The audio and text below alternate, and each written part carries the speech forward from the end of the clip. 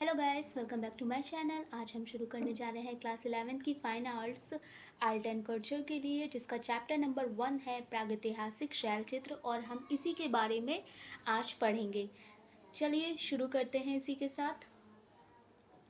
अत्यंत प्राचीन अतीत यानी बहुत ही ज़्यादा प्राचीन अतीत यानी बीते हुए काल को, जिसके लिए ना तो कोई पुस्तक और ना ही कोई लिखित दस्तावेज उपलब्ध है। मतलब जिसके लिए ना तो कोई पुस्तक उपलब्ध है और ना ही कोई लिखित दस्तावेज उपलब्ध है, उसे हम क्या कहते हैं? प्राक इतिहास कहा जाता है।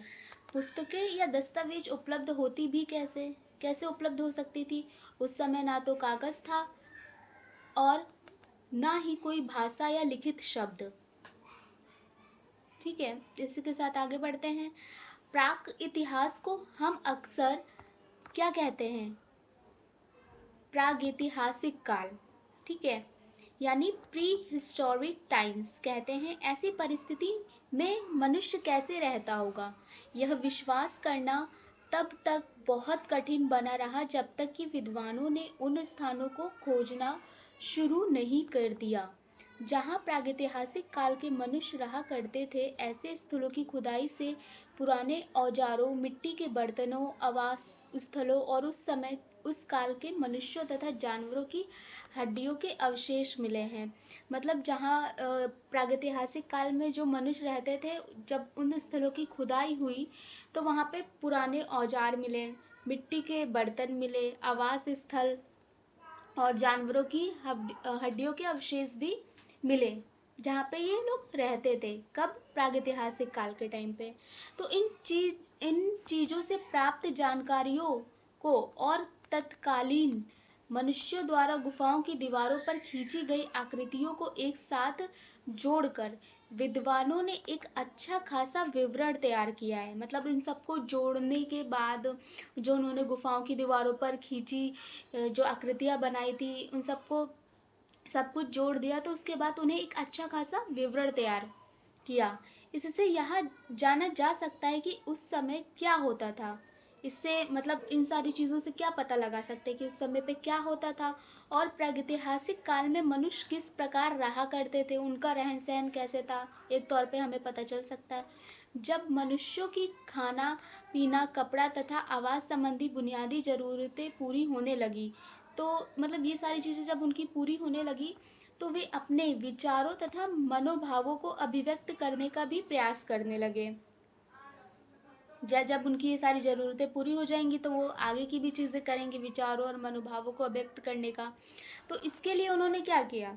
गुफाओं की दीवारों को आधार बनाकर चित्र और रेखा चित्र बनाना शुरू कर दिया। ठीक है, उनके माध्यम से अपने आप को यानी अपने भावों तथा विचारों को अभिव्यक्त करने लगे। मतलब उन गुफाओं की दीवारों के माध्यम से उसको आधार बनाया और उसमें ही अपनी जो भी भावों तथा विचारों की अभिव्यक्ति थी वो उस पर करने लगे। तो प्रागैतिहासिक काल के मानव ने इन चित्रों को क्यों खींचा?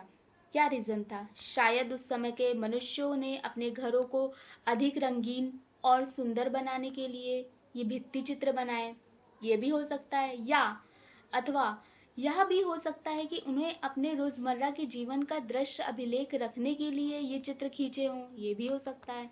जैसे कि आजकल हम में से कुछ लोग अपनी डायरी लिखते हैं। बिल्कुल। मानव के आरंभिक विकास के इस प्रागैतिहासिक काल को आमतौर पर पूरा पाषाण युग यानी पैलियोलिथिक एज यानी पुराना पत्थर काल कहा जाता है।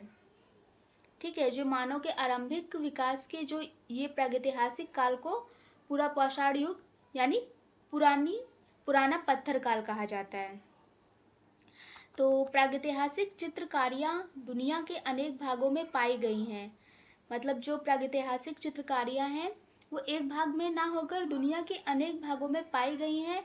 हम वास्तव में यह नहीं जानते कि पूरा पाषाण युग पूरा पाषाण युग मतलब उसके पहले वाला युग लोअर पैलियोलिथिक, जिसे हम कह सकते हैं कि मनुष्य ने क्या कभी कोई कला वस्तु बनाई थी।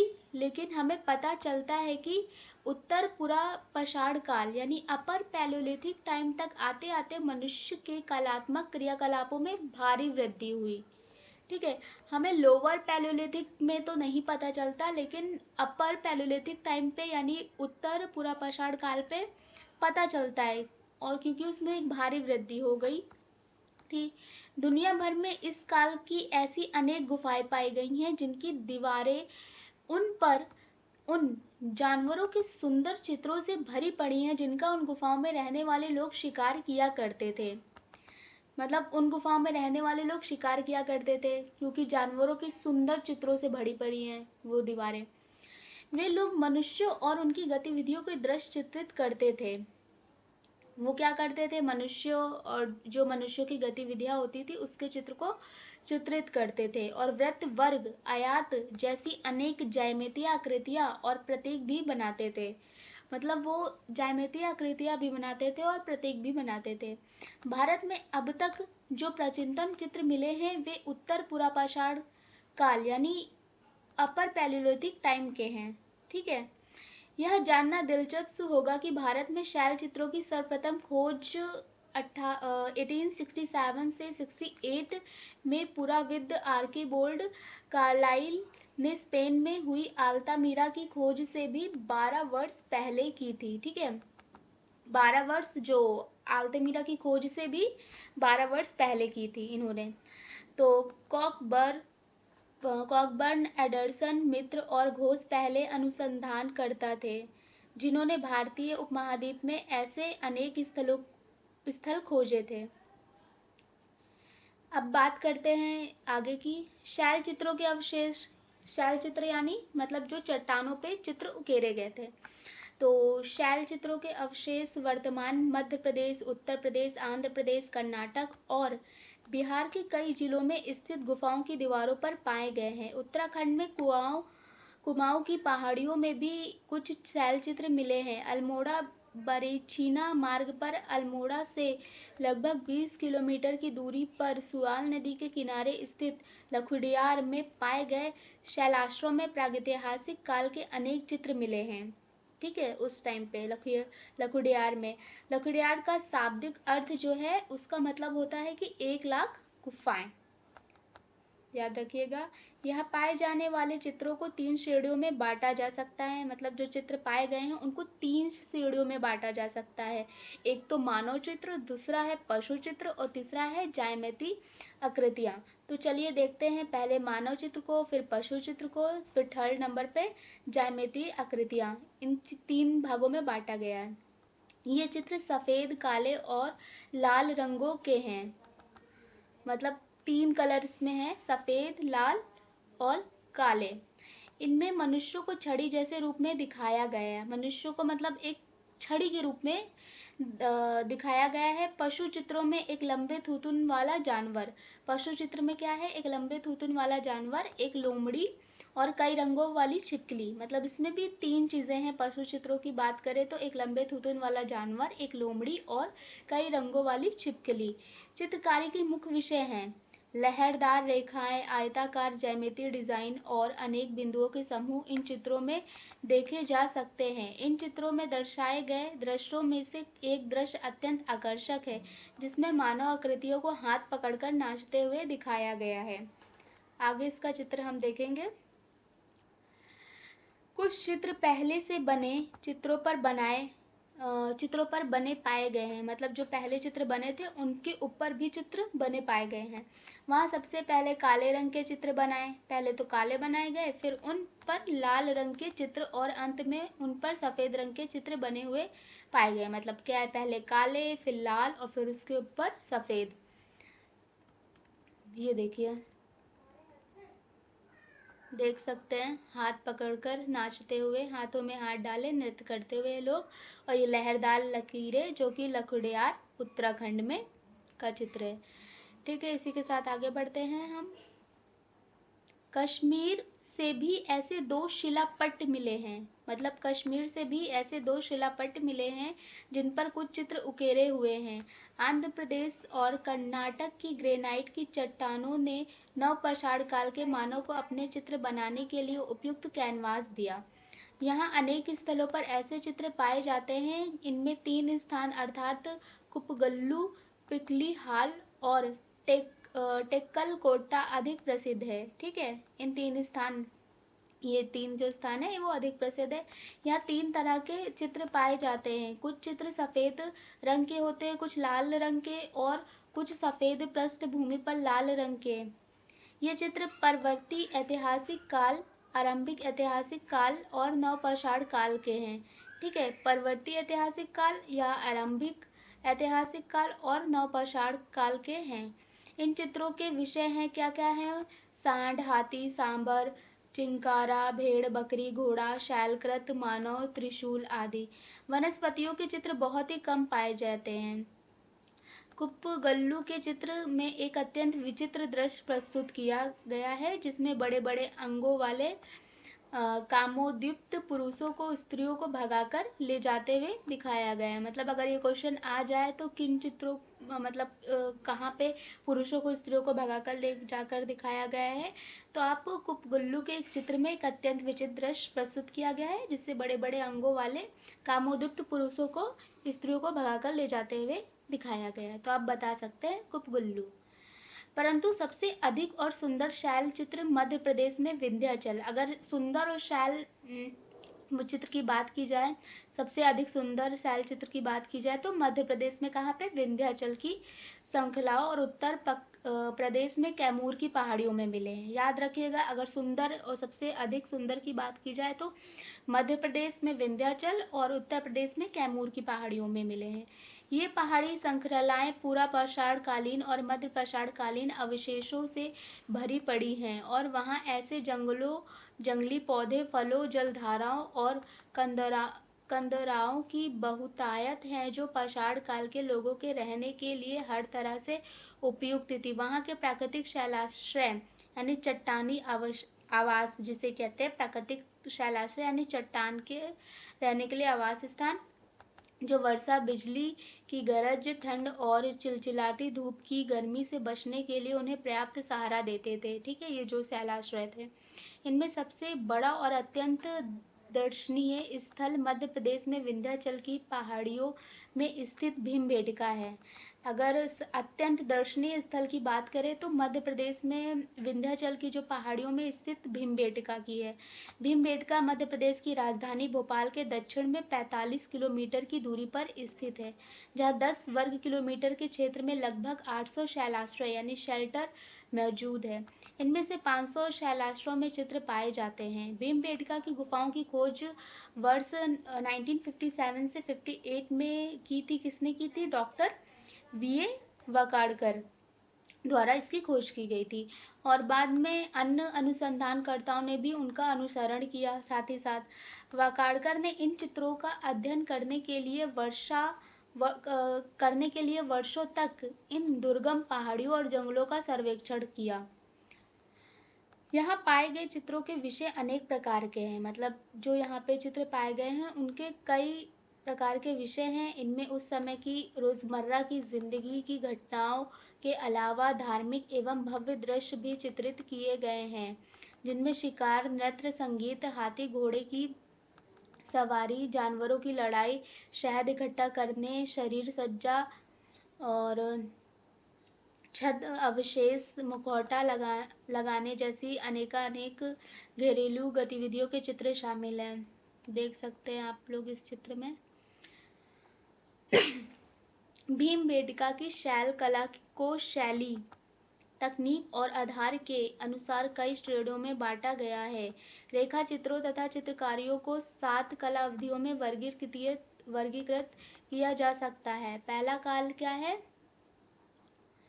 पहला काल देखते हैं, उत्तर पुरापाषाण युग। दूसरा जो है मध्य पुरापाषाण युग और तीसरा क्या है? ताम्रपाषाण युग। ठीक है, इन 3 कला अवधियों के बाद एक 4 ऐतिहासिक कला अवधियां आती है, लेकिन यहाँ हम पहले 3 कालों का ही विवेचन करेंगे। तो उत्तर पुरापाषाण युग यानी अपर पैलियोलिथिक पीरियड की बात करें तो उत्तर पुरापाषाण युग के चित्र हरी और गहरी लाल रेखाओं से बनाए गए हैं। इनमें कुछ छड़ी जैसी पतली मानव आकृतियां हैं, लेकिन अधिकांश चित्र बड़े बड़े जानवरों जैसे भैंसों, हाथियों, बाघों, गेंडों और सुअरों के हैं। कुछ चित्र धवन चित्र यानी वॉश पेंटिंग्स हैं, लेकिन अधिकांश चित्र ज्यामितीय आकृतियों से भरे हुए हैं। ऐसे चित्रों का शिकारियों से कोई संबंध नहीं दिखाया गया है। हरे चित्र नर्तकों के और लाल चित्र शिकारियों के हैं। मतलब हरे याद रखिएगा नर्तकों के लिए है, लाल जो है वो शिकारियों के लिए है। डेंजर से याद रख सकते हैं रेड कलर को, शिकारियों से। मध्य पाषाण युग की बात करें यानी मेसोलिथिक पीरियड की बात करें तो दूसरी कला विधि यानी मध्य पाषाण युग के चित्रों की संख्या सबसे अधिक है। इस अवधि के दौरान विषयों की संख्या कई गुना बढ़ गई है, मगर चित्रों का आकार छोटा हो गया है। शिकार के दृश्यों को प्रमुखता मिल गई। शिकार के दृश्यों में लोगों को समूह बनाकर कांटेदार भाले, नोकदार डंडे, तीर कमान लेकर जानवरों का शिकार करते हुए दिखाया गया है। कुछ चित्रों में आदि मानव को जाल, फंदे लेकर या गड्ढे खाद आदि खोदकर जानवरों को पकड़ने की कोशिश करते हुए दिखाया गया है। शिकारियों को साधारण कपड़े और गहने पहनते हुए चित्रित किया गया है। शिकारियों को, ठीक है, कुछ चित्रों में मनुष्यों को सुंदर कपड़ों में सजा हुआ और कुछ में मुखौटे पहने हुए भी दर्शाया गया है। कुछ चित्रों में हाथी, जंगली सांड, बाघ, शेर, सुअर, बारहसिंगा, हिरन, तेंदुआ, चीता, गेंडा, मछली, मेढक, छिपकली, गिलहरी जैसे छोटे छोटे बड़े जानवरों को और पक्षियों को भी चित्रित किया गया है। मध्य पाषाण काल के कलाकार जानवरों को चित्रित करना अधिक पसंद करते थे। मतलब मध्य पाषाण काल के जो कलाकार थे वो जानवरों को ज़्यादा अधिक पसंद करते थे चित्रित करना। कुछ चित्रों में जानवरों को मनुष्यों का पीछा करते हुए दिखाया गया है। कुछ और चित्रों में मनुष्यों द्वारा जानवरों का पीछा करके शिकार करते हुए दिखाया गया है। कुछ जानवरों के चित्रों में विशेष रूप से शिकार के दृश्यों में मनुष्य को जानवरों से डरते हुए दिखाया गया है, लेकिन बहुत से चित्रों में मनुष्य को जानवरों के प्रति प्यार और सौहार्द का भाव प्रदर्शित करते हुए भी चित्रित किया गया है, तथा कुछ ऐसी भी चित्र हैं जिनमें प्रमुख रूप से जानवर ही उकेरे गए हैं। यद्यपि जानवरों को प्राकृतिक अवस्था में ही चित्रित किया गया है, मगर मनुष्यों को साज सज्जा के साथ सुरुचिपूर्ण रीति से प्रस्तुत किया गया है। स्त्रियों को निर्वस्त्र और सवस्त्र दोनों ही रूपों में चित्रित किया गया है। मतलब स्त्रियों को दोनों ही रूपों में चित्रित किया गया है, निर्वस्त्र भी और सवस्त्र भी। इन चित्रों में बूढ़े व जवान सभी को समान रूप से स्थान दिया गया है। मतलब दोनों को ही समान रूप से स्थान दिया गया है। बच्चों को दौड़ते, भागते, उछलते, कूदते और खेलते हुए दर्शाया गया है। सामूहिक नृत्य इन चित्रों का आम विषय रहा है, परंतु ऐसे भी चित्र हैं जिनमें लोगों को पेड़ों से फल या शहद इकट्ठा करते हुए और स्त्रियों को अनाज पीसते हुए, खाना बनाते हुए दिखाया गया है। कुछ शैल चित्रों में मनुष्यों, स्त्रियों और बच्चों को एक साथ दिखाया गया है, मानो वे एक ही परिवार के सदस्य हो। अनेक शैलाश्रयों में हम हाथ और मुट्ठी की छाप पाते हैं, तो कुछ पे उंगली के सिरों के बने निशान। भीमबेटका के कलाकार अनेक रंगों का प्रयोग करते थे, जिनमें काला, पीला, लाल, बैंगनी, भूरा, हरा और सफेद रंगों की विभिन्न रंगतें शामिल थी, लेकिन सफेद और लाल उनके अधिक पसंदीदा रंग थे। रंग और रंजक द्रव्य विभिन्न चट्टान तथा खनिजों को कूट पीसकर तैयार किए जाते थे। लाल रंग हिरमिच, जिसे गेरू भी कहा जाता है, से बनाया जाता था। हरा रंग कैल्सोडोनी नामक पत्थर की हरी किस्म से तैयार किया जाता था, तथा सफेद रंग संभवतः चूना पत्थर से बनाया जाता था। रंग बनाने के लिए पहले खनिज की चट्टान के टुकड़े को कूट पीसकर पाउडर जैसा बना लिया जाता था। ठीक है, पहले उसको पाउडर जैसा बना लिया जाता था, फिर उसमें कुछ पानी और गाढ़ा सा मतलब चिपचिपा पदार्थ जैसे कि जानवरों की चर्बी या पेड़ों से निकला गया गोंद या राल मिला लिया जाता था। इस प्रकार रंग तैयार हो जाने के बाद उससे पेड़ की पतली रेशेदार टहनियों से बने ब्रश का प्रयोग करते हुए चित्र आदि बनाए जाते थे। आश्चर्य की बात तो यह है कि हजारों साल पहले बनाए गए इन चित्रों के रंग हवा पानी की मार को झेलने के बाद भी आज भी क्या है, बरकरार हैं। यह समझा जाता है कि ये रंग अब तक इसलिए अक्षुण्ण रहे क्योंकि चट्टान की सतह पर जो ऑक्साइड मौजूद थे उनके साथ इन रंगों की रासायनिक प्रतिक्रिया इन्हें स्थायी बनाती, मतलब वहाँ पे कुछ रासायनिक प्रतिक्रिया हुई जिसके कारण वो स्थायी बने रहे।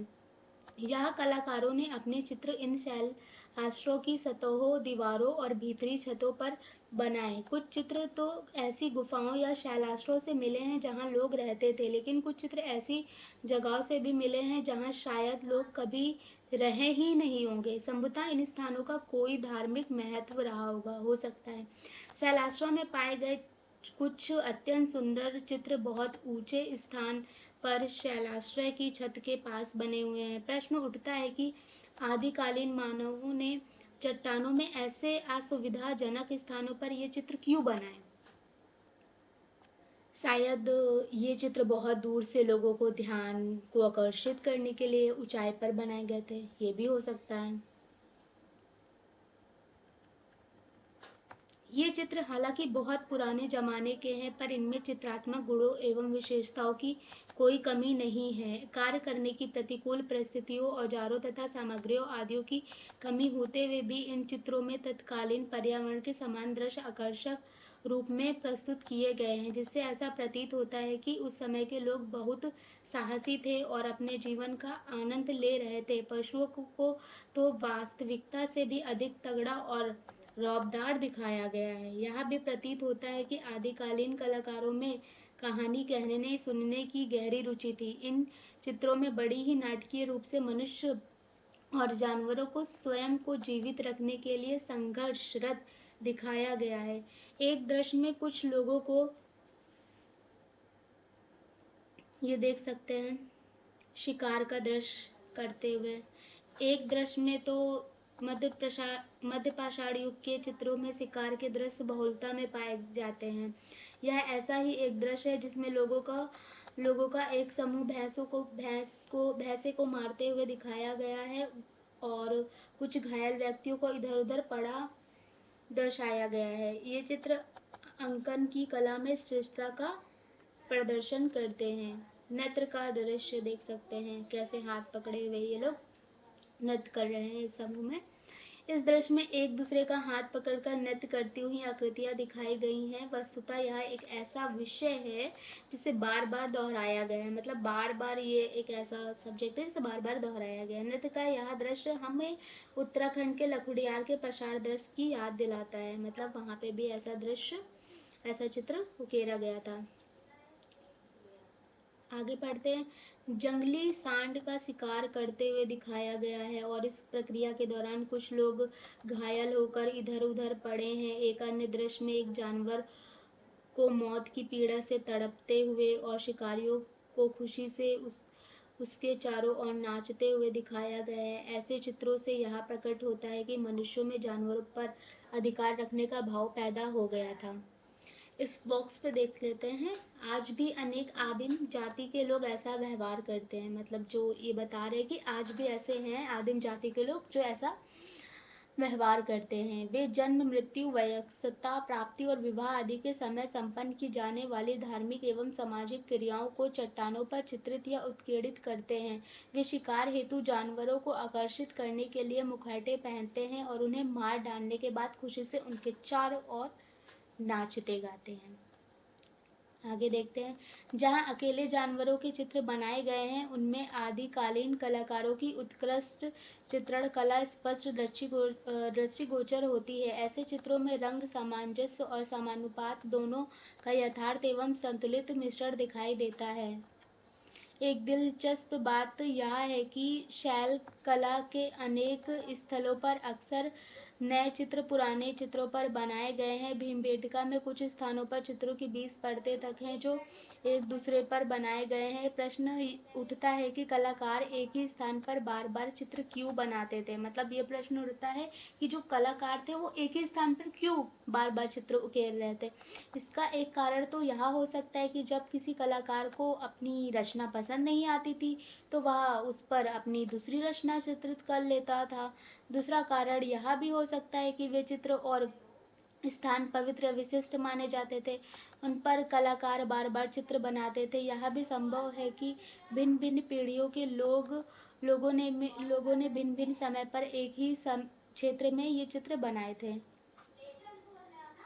इन प्राक-ऐतिहासिक चित्रों से हमें तत्कालीन मनुष्यों, उनकी जीवन शैली, उनका खान पान, उनकी आदतों, उनकी दैनिक गतिविधियों और यहाँ तक कि उनके मन मस्तिष्क तथा चिंतन को जानने समझने में सहायता मिलती है। प्रागैतिहासिक काल के अवशेष विशेष रूप से अनेक प्रकार के पत्थरों के हथियार, औजार, मिट्टी के खिलौने और हड्डियों के टुकड़े मानव सभ्यता को विकास के महान साक्ष्य हैं। तथापि उन सबसे अधिक महत्वपूर्ण तो ये शैलचित्र हैं जो आदिकालीन मानव हमारी अमूल्य धरोहर के रूप में हमारे लिए छोड़ गया है। ये प्रश्न है, देख लीजिएगा आप लोग। आई होप ये लेक्चर आप लोग को समझ में आया होगा। ये मैप है, ठीक है। तो उसी के साथ हमारा ये चैप्टर ख़त्म होता है। हम मिलते हैं नेक्स्ट चैप्टर के साथ। आप सभी का बहुत बहुत धन्यवाद। कमेंट सेक्शन पे ज़रूर बताइएगा कि आपको ये लेक्चर कैसा लगा।